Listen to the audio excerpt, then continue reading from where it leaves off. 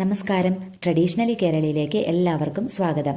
ഇന്നിപ്പോൾ ഒരു ഫ്രൈഡേ വ്ളോഗാണ് ചെയ്യുന്നത്. പ്രത്യേകിച്ച് പൂജകളൊന്നും ചെയ്തില്ല, സാധാരണ ദിവസങ്ങളിലെ പൂജയായിട്ടാണ് ചെയ്തിരിക്കുന്നത്.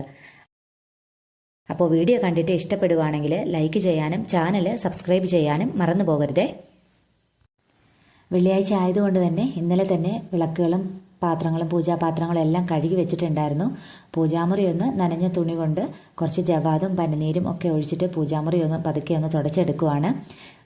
നമ്മുടെ ചന്ദനത്തിരിയുടെയൊക്കെ പൊടികൾ ഉണ്ടാവുമല്ലോ, നമ്മൾ വിളക്ക് തെളിയിക്കുമ്പോഴത്തേക്ക് അതിൻ്റെയൊക്കെ പൊടികളും തിരിയുടെ ഇതും എണ്ണയും ഒക്കെ വേണ്ടിയിട്ടുണ്ടാവും. അപ്പോൾ അതൊക്കെ ഒന്ന് മാറാൻ വേണ്ടിയിട്ട് എല്ലാ ദിവസവും നമ്മൾ പൂജാമുറി തുടയ്ക്കുന്നത് വളരെ നല്ലതാണ്. അല്ലെങ്കിൽ ഉറുമ്പും അല്ലെങ്കിൽ പൊടി നമ്മൾ തറയൊക്കെ തുടയ്ക്കുമ്പോഴത്തേക്ക് അതിൻ്റെ പൊടിയൊക്കെ പൊടിയൊക്കെ പിടിച്ചിരിപ്പുണ്ടാവും. അപ്പോൾ ഞാൻ രാവിലെ വിളക്ക് തെളിയിക്കുന്നതിന് മുമ്പായിട്ട് ഒരു നനഞ്ഞ തുണി അല്ലെങ്കിൽ ഉണങ്ങിയ ഒരു തുണി കൊണ്ടിട്ടാണെങ്കിലും നമ്മൾ പൂജാമുറി പതുക്കെ ഒന്ന് തുടച്ചെടുക്കാം. അങ്ങനെ തുടച്ച് കഴിഞ്ഞതിന് ശേഷം വിളക്കുകളെല്ലാം ഇന്നലെ തേച്ച് വെച്ചിട്ടുണ്ടായിരുന്നു. അപ്പോൾ അതിൻ്റെ അകത്ത് എണ്ണയും തിരിയും എല്ലാമൊക്കെ ഇടുവാണ്. സാധാരണ 5 വിളക്കുകളാണ് ഞാൻ തെളിയിക്കുന്നത്. 5 വിളക്കുകളിൽ 7 നാളമായിട്ടാണ് തെളിയിക്കുന്നത്.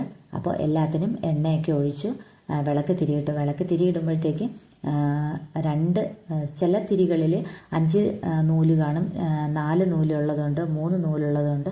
അപ്പോൾ അതിൻ്റെ അകത്തുനിന്ന് ഞാൻ 2 നൂലാക്കി എടുത്തിട്ടാണ് സാധാരണ ഒരു തിരിയാക്കി ഞാൻ ഇടുന്നത്. അപ്പോൾ 5 വിളക്കിൽ 7 നാളങ്ങളായിട്ടാണ് ഞാൻ വിളക്ക് തെളിയിക്കുന്നത്. എല്ലാ വിളക്കിലും എണ്ണയൊക്കെ ഒഴിച്ച് തിരിയൊക്കെ ഇട്ടു. ലക്ഷ്മി ദേവിക്ക് വേണ്ടിയിട്ട് കൊളുത്തുന്ന വിളക്കിൽ എപ്പോഴും ഞാൻ നെയ്യ് ഒഴിച്ചിട്ടാണ് കേട്ടോ വിളക്ക് തെളിയിക്കുന്നത്. ലക്ഷ്മി ദേവിക്ക് നമ്മൾ എണ്ണ ഒഴിക്കുമ്പോഴത്തേക്കും നെയ്യ് ഒഴിക്കുമ്പോഴത്തേക്കും എല്ലാത്തിനും ഓരോരോ പ്രാധാന്യങ്ങളുണ്ട്. എണ്ണ ഒഴിക്കുന്നത് അത് നല്ലെണ്ണയാണ് നമുക്ക് വിളക്ക് തെളിയിക്കാനായിട്ട് ഏറ്റവും നല്ല എണ്ണ എന്നാണ് പറയുന്നത്. അപ്പോൾ എള്ളെണ്ണ ഒഴിക്കുന്നത് നമ്മുടെ ആരോഗ്യത്തിന് വേണ്ടിയിട്ടാണ്. അതായത് ഇരുമ്പിൻ്റെ കുറവ് നമ്മുടെ ശരീരത്തിൽ നികത്താൻ വേണ്ടിയിട്ടാണ് എള്ളെണ്ണ ഒഴിച്ചിട്ട് വിളക്ക് തെളിയിക്കണമെന്ന് പറയുന്നത്.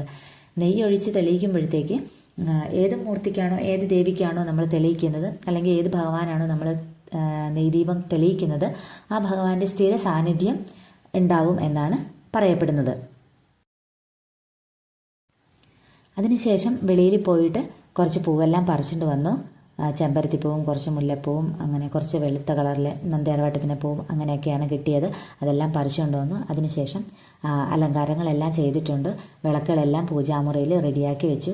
അതിനുശേഷം വിളക്ക് കൊളുത്തുന്നതിന് മുമ്പായിട്ട് ഇന്ന് വെള്ളിയാഴ്ചയാണല്ലോ, അപ്പോൾ വെള്ളിയാഴ്ച ആയതുകൊണ്ട് തന്നെ ഫ്രണ്ടിൽ വാതിൽപ്പടിയിൽ നനഞ്ഞൊരു തുണിയെല്ലാം ഇട്ട് തുടച്ച് പടി നല്ല വൃത്തിയാക്കി കതകും പടിയും കട്ടിളപ്പടി മുഴുവനായിട്ട് നന്നായിട്ട് തുടച്ച് വൃത്തിയാക്കി അതിൻ്റെ അകത്ത് ചന്ദനം തൊടിയിക്കാനായിട്ട് വാതിലിലും കട്ടളപ്പടിയിലും ഒക്കെ ചന്ദനം തൊടിയിക്കാനായിട്ട് താല്പര്യമുള്ളവർക്ക് അത് ചെയ്യാം. ഞാൻ വാതിൽപ്പടിയിൽ മഞ്ഞളും പനിനീരും ജവാദും കൂടെ ഒഴിച്ചിട്ട് നന്നായിട്ട് കുഴച്ച് വട്ടത്തിൽ മഞ്ഞൾ പൂശിയിട്ട് അതിൻ്റെ മേളിൽ 5 പൊട്ട് തൊടിയിപ്പിക്കുകയാണ് ചെയ്യുന്നത്. 5 കുങ്കുമത്തിൻ്റെ പൊട്ട് തൊടിയിക്കും.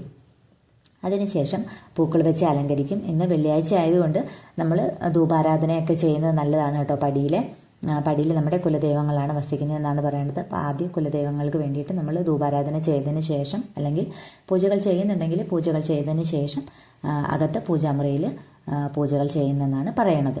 അപ്പോൾ അവിടെ പൂക്കളെല്ലാം വെച്ചിട്ട് ധൂപാരാധന ചെയ്തതിന് ശേഷം അകത്ത് വന്നിട്ട് പൂജാമുറിയിൽ വന്നിട്ട് വിളക്കുകളെല്ലാം കൊളുത്തി.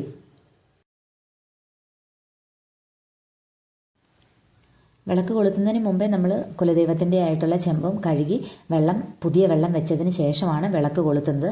വിളക്ക് കൊളുത്തി കഴിഞ്ഞതിന് ശേഷമാണ് അതിൻ്റെ അകത്ത് നമ്മൾ പനിനീരും പച്ചക്കർപ്പൂരവും ജവാദും പിന്നെ നമ്മൾ ഏതാണോ കുലദൈവം അതിനനുസരിച്ചിട്ട് മഞ്ഞളും കുങ്കുമവും ചന്ദനവും ഭസ്മവും ഒക്കെ ഇടുന്നത്. ഞാൻ മഞ്ഞളും ചന്ദനവും ഭസ്മവുമാണ് മഞ്ഞളും കുങ്കുമവും ഭസ്മവുമാണ് ഞാൻ ചേർക്കുന്നത്. അത് ചേർത്തതിന് ശേഷം ധൂപാരാധന ചെയ്തിട്ട് നമുക്ക് പൂക്കൾ സമർപ്പിക്കാവുന്നതാണ്. മണമുള്ള പൂക്കളാണെങ്കിൽ ഏറ്റവും ഉത്തമം. ഇല്ലെങ്കിൽ നമ്മുടെ കയ്യിൽ ഏതാണോ പൂവുള്ളത് അതാണ് നമ്മൾ ചെയ്യേണ്ടത്. ഇങ്ങനെ ചെയ്യുന്നതുകൊണ്ട് എനിക്ക് വളരെ പോസിറ്റീവായിട്ടാണ് തോന്നിയത് കേട്ടോ. വളരെയധികം നമ്മുടെ കുലദൈവത്തിൻ്റെ അനുഗ്രഹം ലഭിക്കുന്നതായിട്ട് തോന്നി. കാരണം എന്തെന്ന് വെച്ച് കഴിഞ്ഞിട്ടുള്ള നമ്മൾ ഈ നാട്ടിലല്ലായിരുന്നല്ലോ, നമ്മൾ കോഴിക്കോടായിരുന്നു. കോഴിക്കോട് നിന്ന് നമ്മൾ ഈ കുലദൈവത്തിൻ്റെ ആരാധന ചെയ്തതിന് ശേഷം ഒരു 6-7 മാസം കഴിഞ്ഞപ്പോഴത്തേക്ക് നമുക്ക് തിരിച്ച് നമ്മുടെ നാട്ടിലേക്ക് തന്നെ വരാനായിട്ട് സാധിച്ചു. വരാൻ സാധിച്ചതിലും ഉപരി നമുക്കിവിടെയാണെങ്കിൽ എല്ലാ മാസവും നമ്മുടെ കുലദൈവത്തിൻ്റെ ക്ഷേത്രം, നമ്മുടെ അമ്പലം ഇവിടെ തന്നെ അടുത്ത് തന്നെയാണ്. അപ്പോൾ അവിടെയൊക്കെ പോയി തൊഴാനും ഒക്കെ സാധിക്കുന്നുണ്ട് എല്ലാ മാസവും. ഇപ്പോൾ കഴിഞ്ഞ മാസവും ഞങ്ങൾ പോയിട്ടുണ്ടായിരുന്നു. മാസത്തിലൊരു തവണയാണ് അവിടെ അമ്പലത്തിൽ പൂജയുള്ളത്. 1-ാം തീയതി, അതായത് മലയാള മാസം 1-ാം തീയതി കഴിഞ്ഞ് വരുന്നിട്ടുള്ള ഞായറാഴ്ച, ആ ഞായറാഴ്ചയാണ് അവിടെ പൂജകളുള്ളത്. അപ്പോൾ ഈ പ്രാവശ്യം ഞങ്ങൾ എല്ലാവരും ഫാമിലിയായിട്ട് അവിടെ എല്ലാം പോയിട്ട് പൂജകളെല്ലാം കഴിഞ്ഞു. 12:30 പൂജകളെല്ലാം കഴിയുമ്പോഴത്തേക്ക് അവിടെ പോയി പൂജകളെല്ലാം കഴിഞ്ഞു, തൊഴുതു, പ്രാർത്ഥനകളിലെല്ലാം പങ്കെടുത്തു, പൂജകളിലെല്ലാം പങ്കെടുത്തു. പിന്നെ അവിടെ ഭക്ഷണം ഉണ്ടായിരുന്നു, ഭക്ഷണം എല്ലാം കഴിച്ചിട്ടൊക്കെയാണ് തിരിച്ചു പോകുന്നത്. അതൊരു ദേവിയുടെ വലിയൊരു അനുഗ്രഹമായിട്ടാണ് ഞാൻ വിചാരിക്കുന്നത്. അങ്ങനെ കുലദൈവത്തിൻ്റെ ചെമ്പും എല്ലാം തയ്യാറാക്കി ബാക്കി എല്ലാവർക്കും ധൂപാരാധന ചെയ്തു, പൂക്കൾ സമർപ്പിച്ചു, നേദ്യവും ഒക്കെ വെച്ചു. അങ്ങനെയായിരുന്നു ഇന്നത്തെ വെള്ളിയാഴ്ചത്തെ പൂജകൾ ചെയ്തത്. അപ്പോൾ ഇത്രയാണ് ഇന്നത്തെ വീഡിയോയുടെ വിശേഷങ്ങൾ. വീഡിയോ എല്ലാവർക്കും ഇഷ്ടപ്പെട്ടിട്ടുണ്ടാവും എന്ന് വിചാരിക്കുന്നു.